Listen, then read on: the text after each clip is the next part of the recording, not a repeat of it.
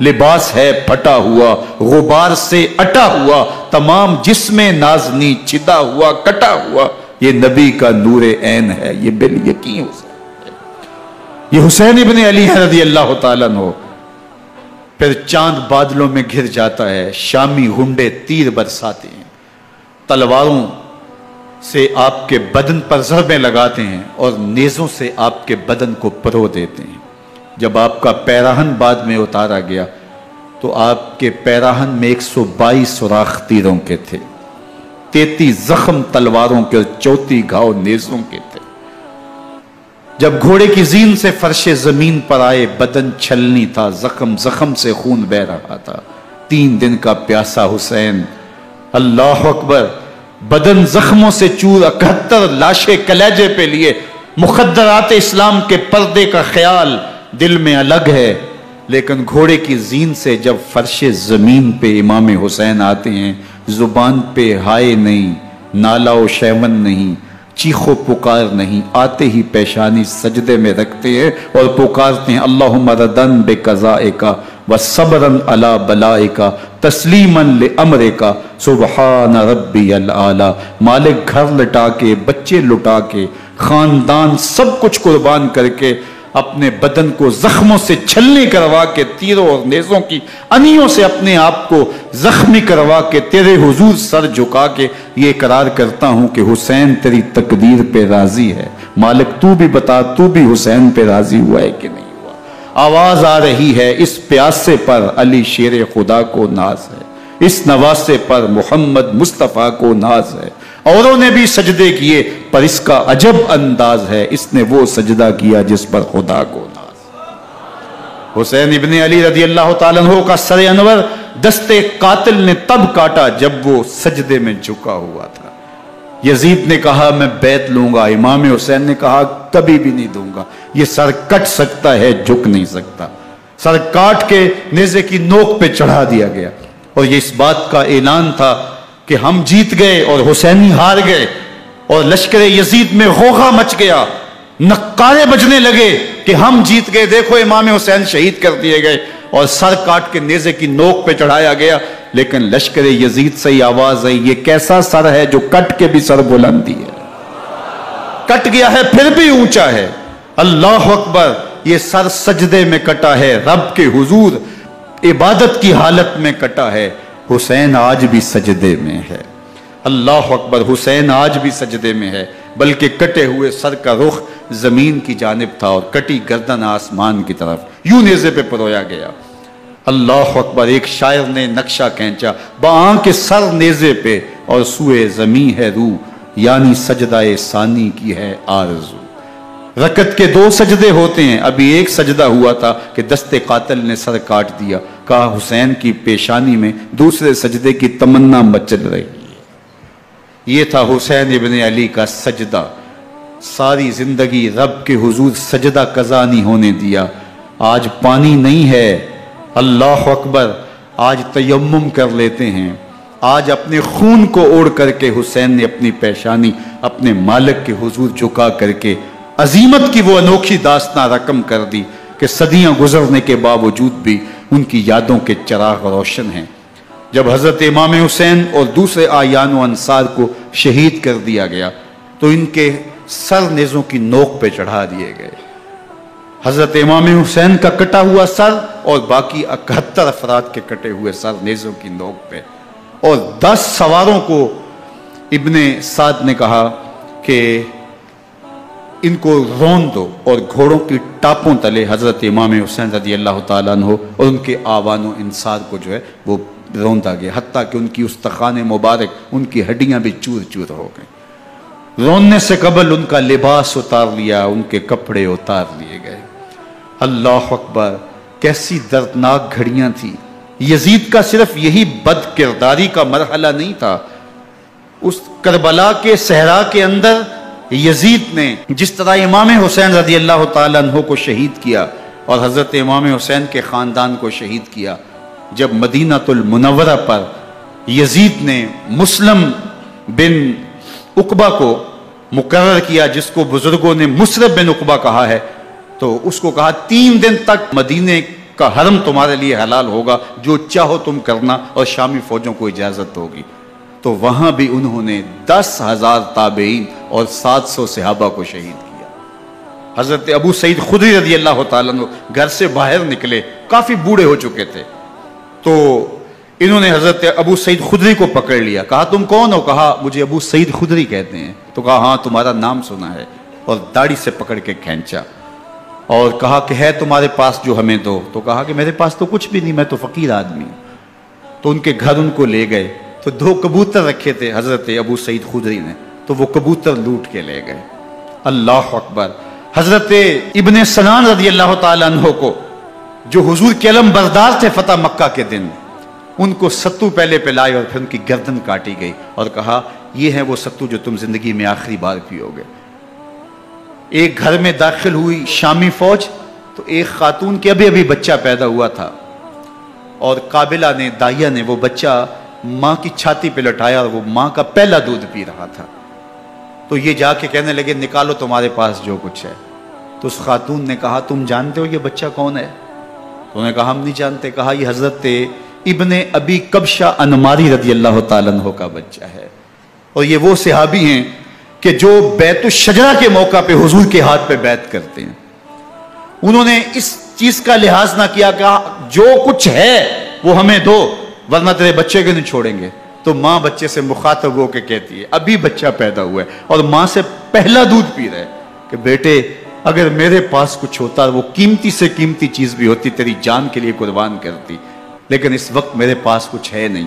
تو ایک شکی آگے بڑھا اور بچے کو ایک ٹانگ سے پکڑ کے کھینچ کے دیوار کے ساتھ پٹک کے مارا، جس سے دماغ کا بھیجا نکل گیا۔ کیا کیا زیادتیاں نہیں کی۔ 700 صحابہ حرہ کے واقعہ میں شہید کیے یزید نے، اور 10,000 تابعین شہید کیے۔ مسجد نبوی میں ممبر رسول کے ساتھ گھوڑے باندھے، اور وہ ممبر رسول اور مصلی رسول کے قریب لید کرتے رہے۔ حضرت سعید بن المسیب فرماتے ہیں میں نابینا تھا اور حضور کے روضہ انور کے پاس بیٹھا تھا، اور یزید کے سپاہی آتے، جو بھی مسجد میں نظر آتا پکڑ کے لے جاتے، مجھے نابینا سمجھ کے چھوڑ دیتے، لیکن میں پریشان تھا کہ ظہر کا وقت ہوگا، عصر کا وقت ہوگا، مغرب عشاء کا وقت ہوگا، نہ اذان، نہ اقامت، نہ جماعت، تو کیسے مجھے پتہ چلے گا کہ نماز کا وقت ہو گیا، اور کیسی میری نمازوں کا کیا بنے گا؟ میں اس فکر میں بیٹھا تھا۔ لم ازل اسمع الاذان والاقامت من قبل رسول اللہ صلی اللہ علیہ وآلہ وسلم۔ فرماتے ہیں جب بھی پھر نماز کا وقت آیا، گنبد خضرا سے اذان کی بھی آواز آئی، اقامت کی بھی آواز آئی۔ 3 دن تک مسجد نبوی کے اندر گھوڑے بندے رہے، اور مدینہ کی حرمت پامال کی۔ مدینہ کے گھروں کے اندر یہ بدکماش داخل ہوئے، اور جو بدکاریاں انہوں نے کی کلیجہ منہ کو آتا ہے۔ 1002 شیزائیں ان بدکاروں کی بدکاریوں کی وجہ سے کنواری حالت کے اندر حاملہ ہوئی۔ 3 دن تک مدینے کا حرم انہوں نے پامال کیا، اور پھر مکہ المکرمہ میں کعبہ اللہ پر گولے برسائے، اور کعبہ کا غلاف جل گیا۔ وہ تو یزید مر گیا، اور حضرت عبداللہ ابن زبیر رضی اللہ تعالیٰ عنہ نے اپنی خلافت کا اعلان کیا۔ یزید کے یہ کرتوت تھے، ادھر اہل مدینہ کو ستایا، ادھر اہل مکہ کو ستایا، اور رسول اللہ صلی اللہ علیہ وسلم کے خانوادے کی بے حرمتی اور توہین کی۔ نہ صرف انہیں قتل کیا گیا، ان کی لاشوں پہ گھوڑے دوڑائے۔ ابن سعد اور شمر جو ہے وہ خیموں میں داخل ہوا، اور مخدرات اسلام چادریں چھیننے کی کوشش کی۔ حضرت زینب سلام اللہ علیہ نے مخاطب ہو کے کہا ہمارے چہرے کے رکھوالے چلے گئے ہیں، ظالم تو خیال نہیں کرتا ہم رسول اللہ کی بیٹیاں ہیں۔ حضرت شہربانو، حضرت زین العابدین اور حضرت زینب سلام اللہ علیہ، ان تینوں کو ایک اونٹ پہ باندھا گیا، اور باقی اونٹوں پہ باقی سادات کو، حضور کی شہزادیوں کو باندھا گیا، رسیوں میں جکڑا گیا، اور اونٹوں پہ باندھ کر کے کوفے کی جانب آگے آگے شہیدوں کے سر چل رہے ہیں، اور پیچھے یہ قافلہ چل رہا ہے۔ اور جب یہ قافلہ وہاں سے گزرا جہاں لاشیں پڑی تھی، امام زین العابدین 14 سال کے تھے اور بیمار تھے، اور ان کا حوصلہ نہ ہوا، وہاں غشی ان کے اوپر آنے لگی، اور وہ منظر ابن کثیر نے، باقی لوگوں سب نے لکھا ہے کہ پھر جب ان کی یہ حالت ہوئی تو پھر سیدہ زینب سلام اللہ علیہ، جنہوں نے ابھی تک بڑے حوصلے کے ساتھ ساری مشکلات کا مقابلہ کیا تھا، اب ان کے بندھن ٹوٹ گئے اور آنکھوں سے آنسو بہنے لگے، اور سیدہ زینب تھے امام حسین رضی اللہ تعالیٰ عنہ کی لاش پہ کھڑے ہو کے، اور وہ روندی ہوئی لاش، ٹوٹی ہوئی ہڈیاں، اور وہ بریدا بدن، کٹا ہوا سر نیزے کی نوک پہ، اور لاش یہ پڑی ہے. تو حضرت سیدہ زینب نے مدینے کی طرف منہ کر کے جو ہے وہ حضور سے فریاد کی، یا محمد آہو، یا محمد آہو، ھذا حسین بالآراء مزمل بالدماء، یا محمد آہو بناتوں کا سبایا. رسول اللہ، اے پیارے آقا، یا جد آہو، اے ہمارے نانا محترم، یہ دیکھیے آپ کا حسین پڑا ہوا ہے. بدن سے کپڑے اتار لیے گئے، خاک ہوائیں اڑا رہی ہیں، اور اس کے اوپر چادر جو ہے وہ مٹی کی پڑ گئی ہے. حضور آپ کی اولاد کاٹ دی گئی، اور پھر کہا بناتوں کا سبایا. حضور دیکھیے آپ کی بیٹیوں کے ہاتھ باندھ دیے گئے ہیں، اونٹوں پہ کس دیا گیا ہے، سرے شہیدہ آگے آگے چل رہے ہیں، اور حضرت سیدنا امام حسین کا آگے آگے سر ہے. راستے کے اندر ایک جگہ آئی، رات گزری اور ان کو اتارا گیا. رات کا موقع تھا، ایک خاتون آئی اور اس نے کوئی کھانا پیش کیا ان کو، اور کہا کہ میں کسی زمانے میں حضرت سیدہ فاطمہ تو زہرا کی نوکری کیا کرتی تھی، ان کی لونڈی تھی، ان کی کنیز تھی، اور آج مجھے پتہ چلا کہ آپ لوگ گزر رہے ہیں، تو میں نے کہا کہ میں اپنی مخدومہ کے خاندان کی خدمت کروں. اور پھر اس نے کہا کہ اس وقت سیدہ کی گود میں ایک 6-7 ماہ کی بچی تھی جس کو زینب کہا کرتے تھے. تو سیدہ زینب نے کہا کہ اماں اگر پہچانتی ہو تو وہ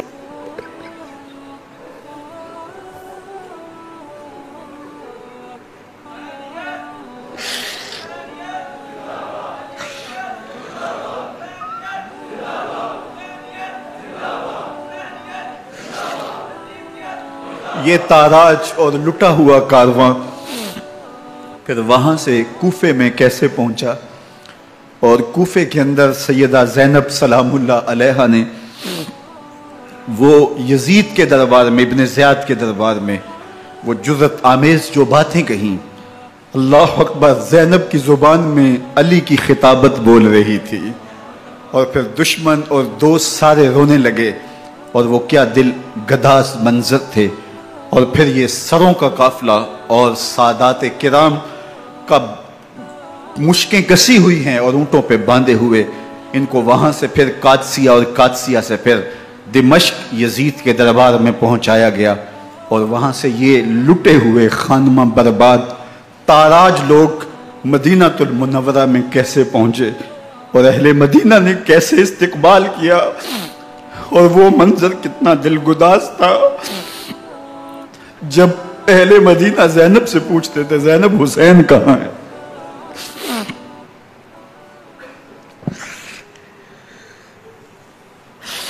بے مروت بے وفا تیرا بھی کیا افسانہ ہے، جس نے اپنی ہی شمع کو گل کیا تو وہ پروانہ ہے.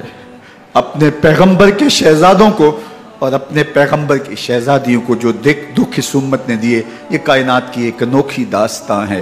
اللہ ہمیں اسوہ شبیری پہ عمل کی توفیق عطا کرے اور ان کے نقوش پاک کی برکتیں دے. اہل بیت کی محبت ہماری روحوں میں جذب کر دے، اور جس عظیمت کے ساتھ، جس حوصلے کے ساتھ انہوں نے دکھوں کو جھیلا، جو دہکتی آگ کے شعلوں پہ سویا وہ حسین، جو جواں بیٹے کی میت پر نہ رویا وہ حسین، جس نے سب کچھ کھو کے کچھ نہ کھویا وہ حسین، مرتبہ اسلام کا جس نے دوبالا کر دیا، خون نے جس کے دو عالم میں اجالا کر دیا، جو کہ سوزے غم کو سانچے میں خوشی کے ڈھال کے مسکرایا موت کی آنکھوں میں آنکھیں ڈال کے. اے حسین ابن علی تم پر سلام، نازش آل نبی تم پر سلام.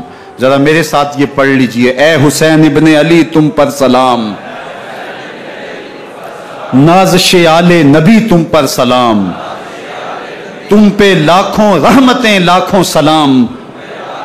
اے شہیدان محبت کے امام، لالا گوں لالا بدن لالا کفن، اے چمن اندر چمن، زندگی ہی زندگی تیری حیات، اے حیات اندر حیات اندر حیات، افتخار ملت بیضا ہے تو، رب کعبہ کی قسم یکتا ہے تو، فخر کا دل میں دریچہ باز کرنا چاہیے، جن کا تو آقا ہے ان کو ناز کرنا چاہیے۔